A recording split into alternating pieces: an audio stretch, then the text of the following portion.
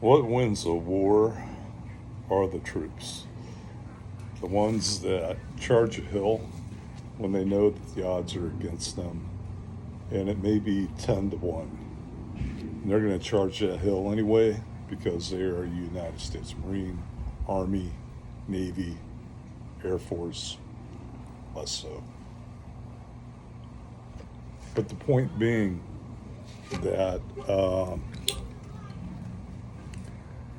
soldiers win wars.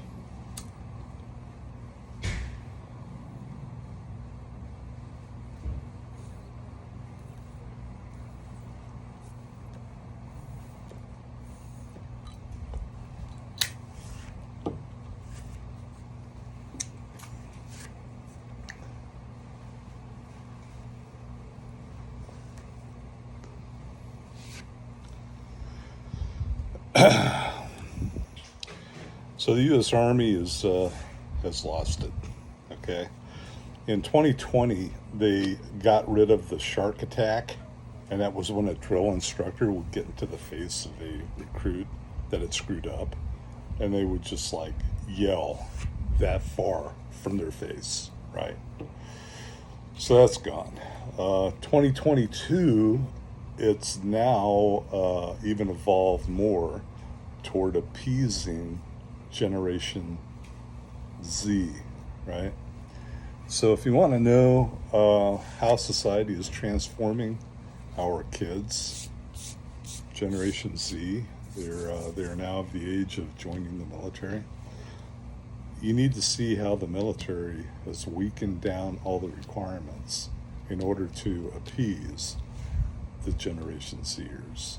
Okay, they are not men, they are not women. In fact, 20 years from now, when everybody's so confused on their gender, it's even going to get a lot worse, right? With how kids are being raised today. So society, we are raising wimps. Just call it what it is. We're raising wimps. I'm going to put a video in here. I want you to watch it. This is from a report that was done on the Army, and I believe it was 2023, and it covers one section, one area of how they train a drill instructor. And it's a very lengthy video. They go on and discuss that they cannot yell at recruits, they cannot curse at recruits. It's all supposed to be a kumbaya collective. Hey, we're all here doing this together, right? Type thing. And that is going to win no wars. Okay? No wars are going to be won. Because it is, it's not instilling combat hardness. It's instilling kumbaya and respect, and give me respect, I'll give you respect, that type thing. And that's not the military. A military is different and apart from society. But the huge mistake that we have made in this country is we have modeled our military after society. Now, being a Cold War sailor, I did 10 years without women on ships, and I thought it was the greatest Navy that we ever had. Once they started allowing women on ships, there were a lot of changes that went along with that were not good for readiness. Okay, when you have, and it's all physical, right? So if you have a firefighting team on a ship that drills and they're lugging this hose to combat a fire, that requires a lot of stamina, a lot of muscle, and they've had to change that with women in the Navy. There's no comparison or equality when it comes to muscles and testosterone. Testosterone is what drives a male to do very difficult things. Okay, it's what drives a male to charge a hill when he knows that he is severely outnumbered. You don't have that in our new military. It has been eroding. This has not occurred overnight. Congress began destroying our military after Vietnam. And probably before that, I'm speaking of the time that I was in. So there have been a lot of good changes in our military and a lot of bad changes in our military, more so. And it's really eroded on our ability to win a war, okay? We rely more on technology than we do on the human capital of being a soldier, right? So let me play this clip and let me know what you think. Comes criticism. If there is the belief that the Army is woke and that we are getting softer, you couldn't be farther from the truth.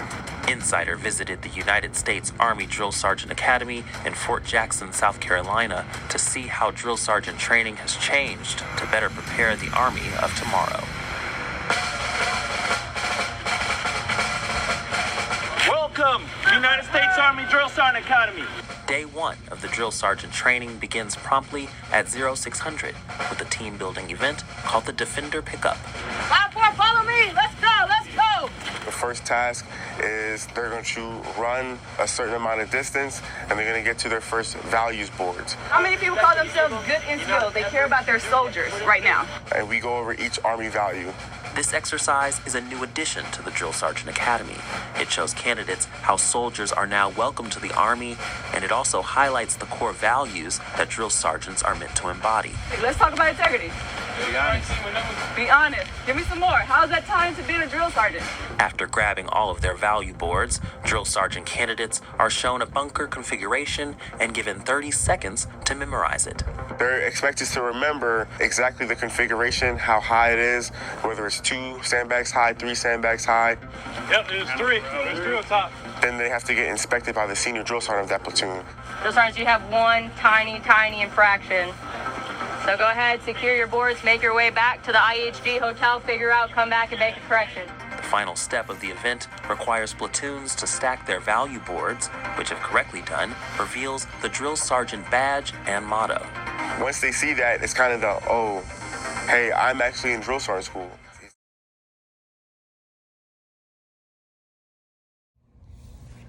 Okay, well, what do you think about that? Well, I'll tell you what I think. We are no longer an army of one.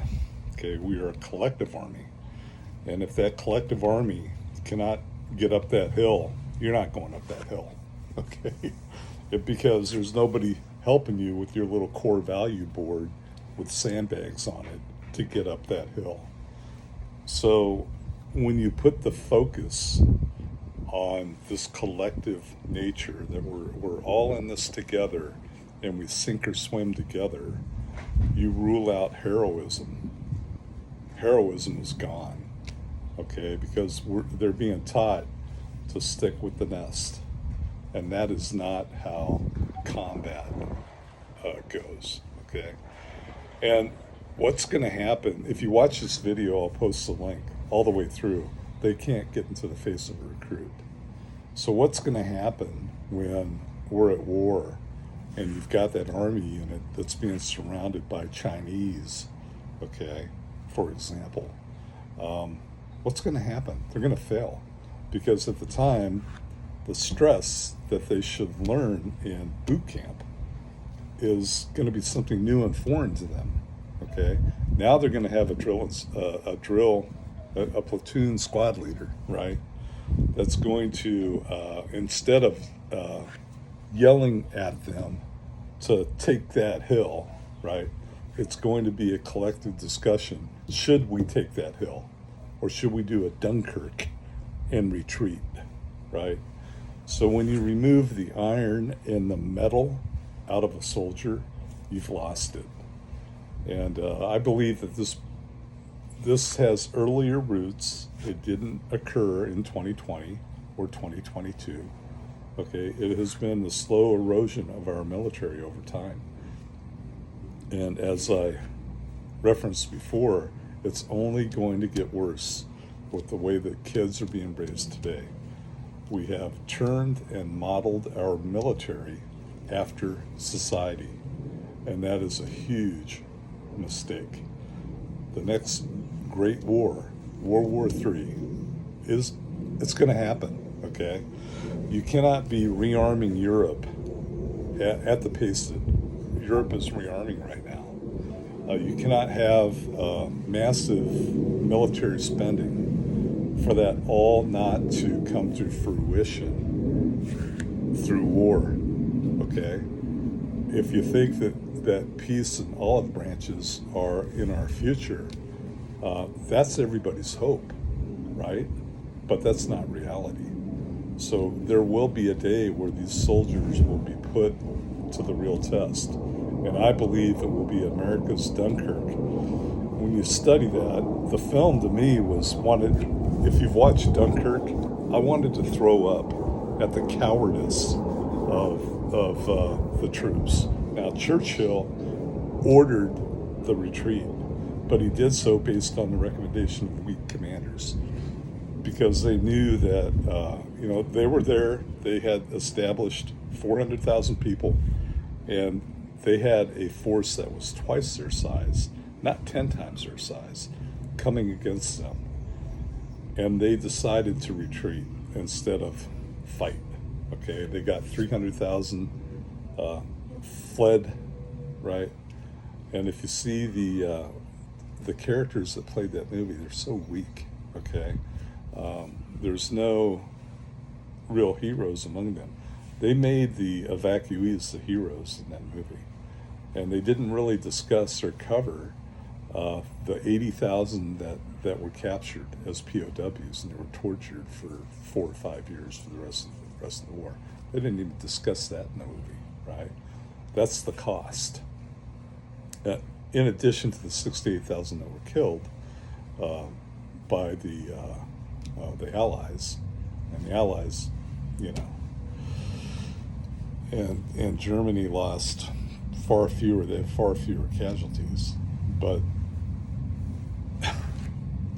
America will have its Dunkirk moment, because the decision will be made that, let's collectively just get the hell out of here, because what's coming at us is bigger than we are. Okay, that loses wars. This is the Cold War Sailor. Thank you for watching. Out.